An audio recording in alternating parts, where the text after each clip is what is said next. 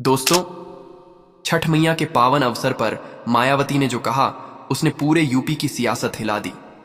जहां घाटों पर आस्था के गीत गूंज रहे थे, वहीं लखनऊ से निकली मायावती की आवाज ने नेताओं के दिलों की धड़कनें बढ़ा दी। लोग बोले, छठ मैया का आशीर्वाद अब बहन जी के साथ है। मायावती ने ऐलान किया, 2027 में फिर बजेगा हाथी का बिगुल। और बस पूरे दलित समाज में खुशी की ऐसी लहर दौड़ी जैसे घाटों पर उगते सूरज की पहली किरणें चमक उठी हों। अगर आप भी चाहते हैं कि मायावती की ये आवाज पूरे देश में गूंजे, तो इस वीडियो को लाइक कीजिए, कमेंट में जय भीम लिखिए और चैनल को सब्सक्राइब करके बेल आइकन दबा दीजिए, क्योंकि आज हम बताने जा रहे हैं मायावती का वो छठ मियां वाला मास्टर स्ट्रोक जिससे बीजेपी और सपा दोनों में मचा है सियासी हड़कंप। दोस्तों, छठ मैया के आशीर्वाद से जो खबर अभी आई है उसने पूरे उत्तर प्रदेश की राजनीति में भूचाल ला दिया है। छठ पूजा के मौके पर जब हर कोई घाटों पर आस्था में डूबा था, तभी लखनऊ से मायावती ने ऐसा ऐलान किया जिसने पूरे दलित समाज में खुशी की लहर दौड़ा दी। लोगों के चेहरों पर मुस्कान थी, लेकिन नेताओं के माथे पर पसीना। मायावती ने कहा, छठ मैया की कृपा से 2027 में उत्तर प्रदेश में फिर बजेगा हाथी का बिगुल। बस इतना कहना था कि भीड़ में तालियों की गड़गड़ाहट गूंज उठी।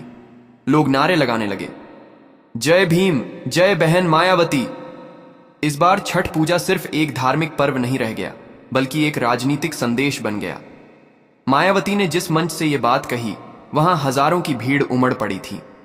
महिलाएं छठ मियां का प्रसाद चढ़ाने के बाद मायावती के भाषण को सुनने के लिए ठहर गईं।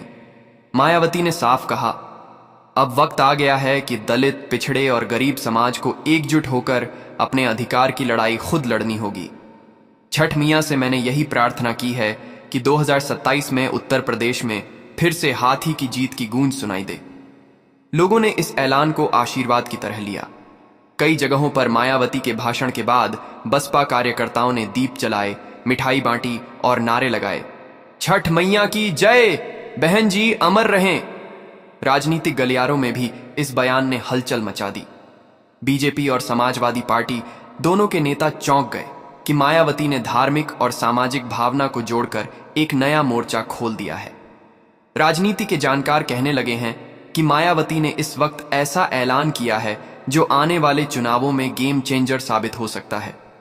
उन्होंने छठ पर्व की आस्था को राजनीति के साथ जोड़कर जनता के दिलों में जगह बना ली है।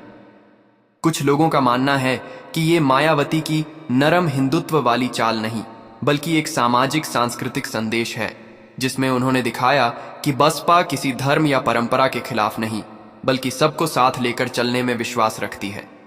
मायावती के इस बयान के बाद सोशल मीडिया पर छठ मियां का आशीर्वाद और नियेडा हाथी फिर बजेगा जैसे हैशटैग ट्रेंड करने लगे।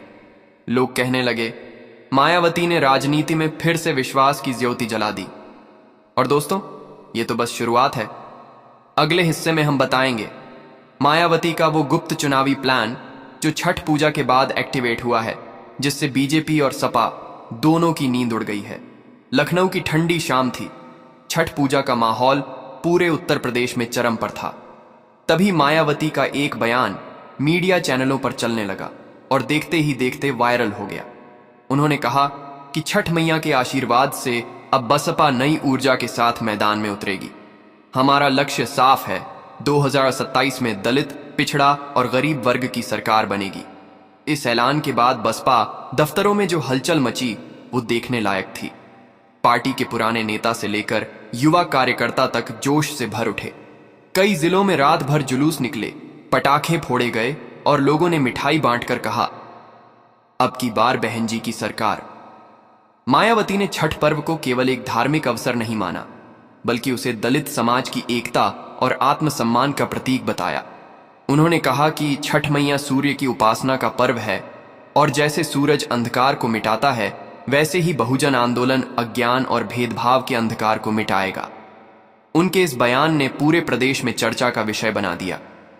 राजनैतिक गलियारों में सवाल उठने लगे कि क्या मायावती फिर से अपनी पुरानी रणनीति पर लौट आई है? क्या वो अब सीधा जनता के बीच जाकर अपनी जड़ें मजबूत करने की तैयारी में है? कुछ विश्लेषक बोले, मायावती ये समझ चुकी हैं कि जनता के दिल में पहुंचने के लिए अब केवल सियासी नारे नहीं, बल्कि भावनात्मक जुड़ाव जरूरी है। यही वजह है कि उन्होंने छठ पूजा जैसे सांस्कृतिक पर्व को अपने संदेश से जोड़ा। पूर्वांचल के इलाकों में मायावती की इस घोषणा का सबसे ज्यादा असर देखा गया। यहां के कई गांवों में महिलाओं ने मायावती के नाम का दिया जलाया और कहा, बहन जी की जीत से ही छठ मियां का आशीर्वाद पूरा होगा। सोशल मीडिया पर वीडियो वायरल हुए जिनमें लोग नाचते गाते नजर आए। भाजपा और सपा के प्रवक्ता भी इस बयान पर प्रतिक्रिया देने से बचते दिखे। अंदर खाने में चर्चा ये थी कि मायावती ने जिस भावनात्मक कार्ड को छुआ है वो बाकी पार्टियों के लिए मुश्किल खड़ी कर सकता है। एक वरिष्ठ राजनीतिक पत्रकार ने कहा, मायावती ने छठ पर्व के जरिए संकेत दे दिया है कि अब बसपा का अभियान जन आस्था और जन अधिकार दोनों पर केंद्रित रहेगा। वहीं बसपा कार्यकर्ता अब अपने अपने इलाकों में जन संवाद और छोटे छोटे सामूहिक कार्यक्रम शुरू करने लगे हैं जिनमें मायावती का संदेश दोहराया जा रहा है। छठ घाटों से लेकर शहरों के मोहल्लों तक अब एक ही बात गूंज रही है, छठ मैया के आशीर्वाद से 2027 में फिर बजेगा हाथी का बिगुल। दोस्तों, ये तो बस झलक है उस बड़े प्लान की जो धीरे धीरे पूरे यूपी में लागू किया जा रहा है। अगले भाग में हम बताएंगे कि मायावती ने कैसे अपने पुराने नेताओं को फिर से एक्टिव किया है और 2027 के लिए एक सीक्रेट मिशन टीम बना दी है जो बीजेपी और सपा दोनों को टक्कर देने के लिए तैयार है। तो अगर आप चाहते हैं कि यह सच्चाई हर जगह पहुंचे तो अभी इस वीडियो को लाइक कीजिए, कमेंट में जय भीम लिखिए और चैनल को सब्सक्राइब करके बेल आइकन दबाइए ताकि अगला भाग आपसे मिस न हो जाए। छठ पर्व के बाद का वो रविवार सुबह का वक्त था जब मायावती ने अपनी कोर टीम को लखनऊ में बुलाया। बसपा के कुछ वरिष्ठ चेहरे जो लंबे वक्त से एक्टिव नहीं थे, उन्हें भी इस मीटिंग में शामिल किया गया। दरअसल मायावती अब 2027 की तैयारी केवल भाषणों तक नहीं रखना चाहती, बल्कि एक सीक्रेट मिशन टीम के जरिए पूरे यूपी में जन संवाद शुरू करने जा रही हैं। सूत्रों के मुताबिक इस टीम को निर्देश दिया गया है कि वे गांव गांव जाकर लोगों से सीधे बात करें, खासकर उन परिवारों से जो बसपा के पुराने वोटर रहे हैं लेकिन अब सियासी तौर पर निष्क्रिय हो गए हैं। मायावती ने कहा कि बसपा अब केवल दलितों की नहीं बल्कि हर गरीब, मजदूर, पिछड़े और अल्पसंख्यक की आवाज बनेगी। उन्होंने अपने पुराने स्टाइल में कहा, हमें नारे नहीं, नतीजे चाहिए। यह बयान सुनकर पूरा कमरा तालियों से गूंज उठा। बताया जा रहा है कि मायावती ने छठ पर्व के ठीक बाद जो रणनीति बनाई है वो बसपा के पुराने सर्वजन हिताय सर्वजन सुखाय मॉडल को फिर से जिंदा करने पर केंद्रित है। बसपा के जिलाध्यक्षों को आदेश मिला है कि वे छठ घाटों और धार्मिक स्थलों पर लगे जनसंपर्क कैंपों का हिस्सा बने और जनता से जुड़े। मायावती चाहती हैं कि बसपा की छवि फिर से जनता की पार्टी के रूप में उभरे। दूसरी ओर राजनीतिक गलियारों में इस मीटिंग को लेकर कई तरह की चर्चाएं हैं। कुछ लोगों का कहना है कि मायावती अब धीरे धीरे अपनी छवि को नया रंग दे रही हैं, एक ऐसी नेता जो परंपरा, आस्था और राजनीति तीनों को साथ लेकर चल रही है। वहीं बीजेपी और समाजवादी पार्टी में बेचैनी साफ देखी जा सकती है। एक वरिष्ठ भाजपा नेता ने ऑफ द रिकॉर्ड कहा, मायावती अगर एक्टिव होती हैं तो चुनावी समीकरण पूरी तरह बदल जाएंगे। सपा के खेमे में भी चिंता है क्योंकि मायावती का फोकस अब ओबीसी और मुस्लिम वोट बैंक पर है जो सपा की रीढ़ माने जाते हैं।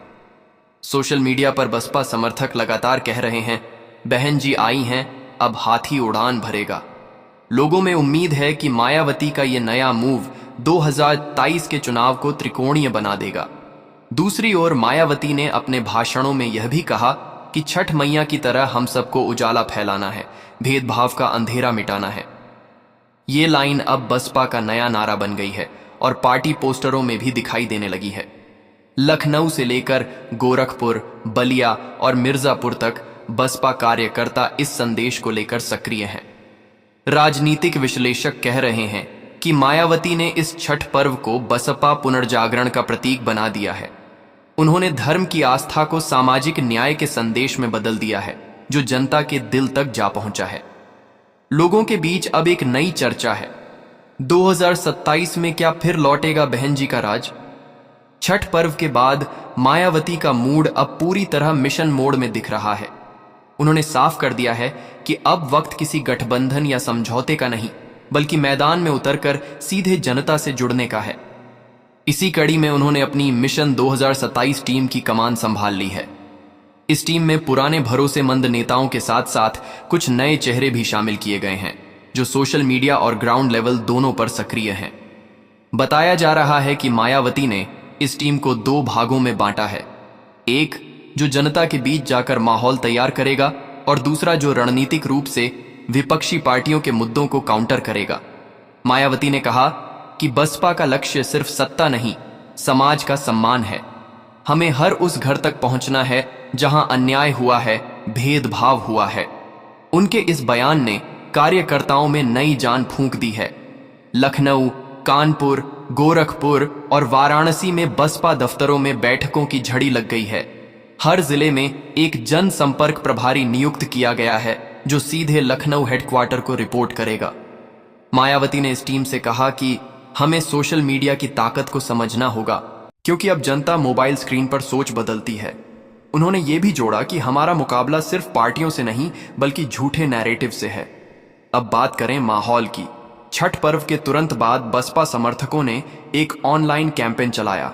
हैशटैग था तुम खोगा छठ मैया का आशीर्वाद हाथी के साथ। देखते ही देखते हजारों लोगों ने इसे ट्रेंड कर दिया। पोस्टरों पर लिखा था सूरज उगेगा, हाथी चलेगा। मायावती की इस नई रणनीति ने विपक्ष के माथे पर चिंता की लकीरें खींच दी हैं।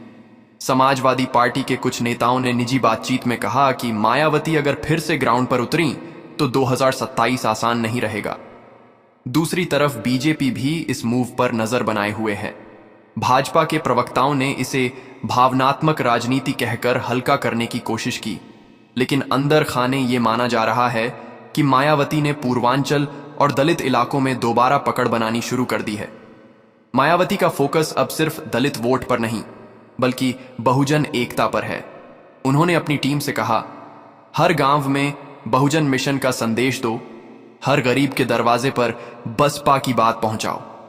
उनके करीबी नेताओं के मुताबिक मायावती ने एक भरोसे का फॉर्मूला भी तैयार किया है, यानी जनता से सीधे संवाद बिना किसी मध्यस्थ के। वो चाहती हैं कि पार्टी का हर कार्यकर्ता जनता की जरूरत समझे, न कि सिर्फ चुनावी भाषण दे। यही वजह है कि मायावती आने वाले महीनों में जन संवाद यात्रा शुरू करने वाली हैं, जिसकी शुरुआत वाराणसी या गोरखपुर से हो सकती है। छठ पर्व के बाद मायावती के इस एक्टिव मोड को देखकर साफ लग रहा है कि बसपा अब फिर से अपनी खोई हुई जमीन वापस लेने निकली है। लोग कह रहे हैं, बहन जी अब मैदान में हैं, खेल पलट सकता है। कार्यकर्ता जो पहले सुस्त थे, अब उत्साह से भरे हुए हैं। हर बसपा समर्थक यही कह रहा है, छठ मैया का आशीर्वाद हमारे साथ है, अब हाथी जरूर चलेगा। दोस्तों, ये कहानी यहीं खत्म नहीं होती। असली खेल अब शुरू होने वाला है। अगले भाग में हम बताएंगे मायावती ने किस खास वर्ग को जोड़ने के लिए गुप्त अभियान शुरू किया है और कैसे ये कदम 2027 के चुनाव में बीजेपी और सपा दोनों की रणनीति को ध्वस्त कर सकता है।